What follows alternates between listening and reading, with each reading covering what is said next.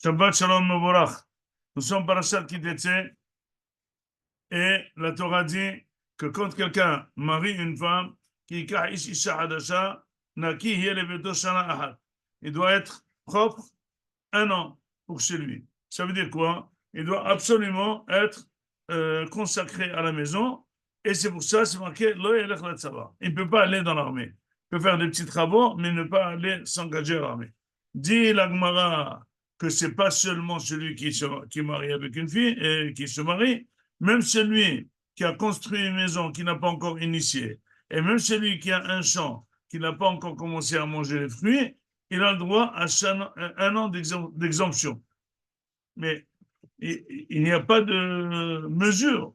Pourquoi il devrait, celui qui se marie, on peut comprendre qu'il a besoin d'1 an d'acclimatation, etc., etc. Mais celui qui n'a pas initié sa maison, bon, d'accord. Alors il va le faire 1 semaine, 2 semaines, 1 mois, mais pourquoi 1 an? Celui qui a un vignet et il n'a pas encore goûté les fruits, ben, il va les goûter pendant la période des fruits. Pourquoi il va rester 1 an? Et là, il faut savoir que dans ces 3 choses, il y a quelque chose de commun. Le dénominateur commun c'est que c'est des personnes qui passent une période très forte dans leur vie où ils ont une bracha d'Akadosh Baruch Hu. Là, il a une maison, l'autre, il a une femme, l'autre, il a une vigne. Donc, c'est extraordinaire, un vignoble. Mais, pour ce faire, il doit profiter de ce qu'Hachem lui donnait. Et profiter de quelque chose de nouveau, ça coûte 1 an. Chaque fois qu'il y a quelque chose de spécial, ça prend 1 an pour rentrer, avant de rentrer dans la vie normale. Par exemple, quelqu'un qui est très content, eh bien, 1 an, il est content de sa maison, 1 an, il est content de son vignoble, 1 an, il est très content de sa femme. Après, tu lui demandes, on est marié, ça va, ça marche. Ça va, ok, rien de spécial. La même chose, quand quelqu'un y perd un proche, 1 an. Après, je dis, dis-moi, mon père, il est niftar, ça fait 24 ans. Dit, ton père est niftar? Il dit, oui.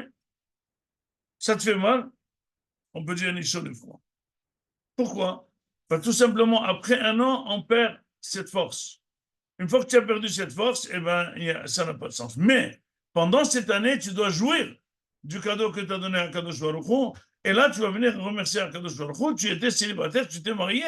Extraordinaire. Autre chose, c'est marqué, une autre mitzvah, que tu dois t'occuper de ta femme, les sameah ota. Vesimah et ishto asher laka. Et dit Rashi, c'est quoi qui doit faire réjouir sa femme? Il ne doit pas se réjouir avec elle, il doit la faire réjouir. Il dit, attends 2 secondes, quelle est la notion, la différence? Il dit tout simplement, quand il y a 2 copains, ils sortent ensemble, profitent les deux. Quand un couple est marié à la Hilonite, eh ben, on sort, les deux, on s'éclate. Mais il n'y a pas un qui éclate l'autre. Mais dans la Torah, non. C'est toi qui dois être Messamer. Tu engendres la Simha. Et pourquoi? Pourquoi c'est toi qui dois être le provocateur de cette Simha pour ta femme? Si elle fait la tête, eh ben tu dis, tant que tu tires cette tête, j'ai même pas envie de te parler. Pourquoi c'est toi qui dois faire une blague? C'est toi qui dois lui dire, ah oui, tu es extra. Pourquoi c'est toi qui dois lui donner un petit cadeau? Pourquoi c'est toi qui dois la faire sortir? Elle n'a qu'à elle aussi penser, nous préparer un steak, nous préparer quelque chose. Elle n'a qu'à aussi m'acheter un cadeau. Pourquoi il n'y a que toi qui achètes les cadeaux, pourquoi? Il dit, c'est marqué tout simplement que dans la Torah, il y a une différence entre le mariage de la Torah et le mariage d'aujourd'hui. Le mariage d'aujourd'hui, il est basé sur une association, sur on est les deux ensemble, on est choutaf, c'est une choutroute, on est associés. Mais par contre, dans la Torah, c'est pas marqué du tout. C'est marqué que qui kah ish isha, c'est l'homme qui prend une femme. C'est comme s'il achetait. Il achète la femme. Il dit quoi? Mais qu'est-ce que tu es en train de dire? L'homme, la femme, c'est devenu un objet que le mari achète. Il dit oui, comme tu l'entends. Et d'ailleurs, toutes les lois, comment acquérir quelque chose, un bien, on acquiert la femme. De la même chose.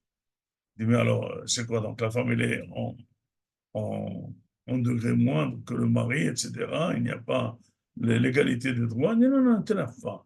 Il dit la femme, par définition, elle aime être prise en charge. Même si une femme, elle travaille. même si elle chose, mais elle n'aime pas, elle, diriger. Même si elle dit son mot, même si elle dirige, elle ne veut pas diriger. Ça c'est sa nature.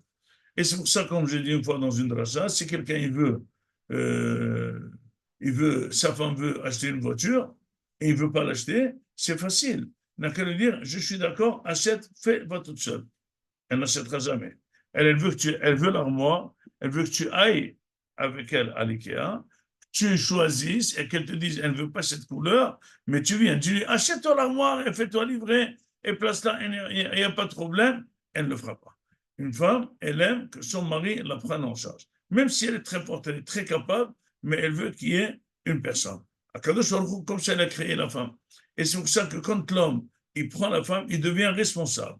Puisqu'il devient responsable, alors c'est devenu un donateur. Il n'est plus receveur. Un homme, sa qualité, il est homme tant qu'il donne. Tant qu'il reçoit, c'est une femme. Tant qu'il donne, c'est un homme.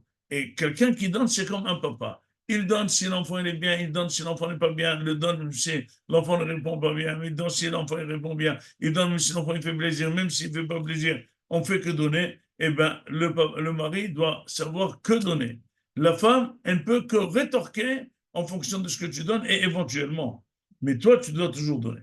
Donc, pour faire que la femme, elle devient sous la tutelle d'un mari, et elle se promet d'être que avec lui. Les kiddushin, c'est vraiment se fermer, c'est être absolument consacré à son mari. Un homme peut se marier avec plusieurs femmes, théoriquement. Une femme, non. Donc finalement, pour qu'elle le veuille, il y a un seul produit qui s'appelle la simha, que la femme, elle doit être très contente d'être entre les mains de ce mari. Comment elle est très contente, elle n'arrête pas de recevoir. Elle est très smeha, elle est très heureuse. Son mari, l'intention, il a toujours des intentions envers elle. Il il lui fait toujours des éloges.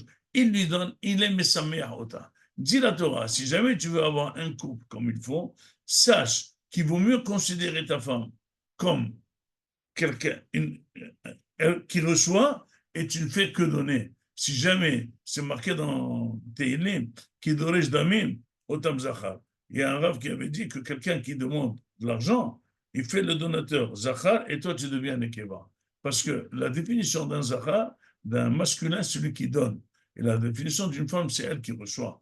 Donc l'homme, pour être receveur, il doit créer d'abord l'ambiance à la maison pendant un an. Une fois que la femme, elle se plaît très bien d'être avec ce mari qui est très gentil, qui donne, etc., là, alors on promet que toute la vie, on est heureux. Donc voilà les modalités du couple de la Torah. Et c'est pour ça qu'on voit que dans le monde de la Torah, la femme est très, très considérée, très intentionnée, très considérée par le mari. Et bien, c'est ça qui fait l'équilibre et c'est ça qui engage la femme à donner tout d'elle-même, à amener le maximum d'enfants, à faire tout pour la maison. Et c'est tellement, elle le fait tellement avec plaisir, elle est tellement bien dans sa peau, elle est tellement heureuse dans cette construction du couple qu'Akadosh Baruch Hu a dit que le couple ne peut pas se construire avec une égalité. Justement, c'est cette inégalité qui fait la complémentarité du couple, cette simha qui fait qu'on est très agréable et très content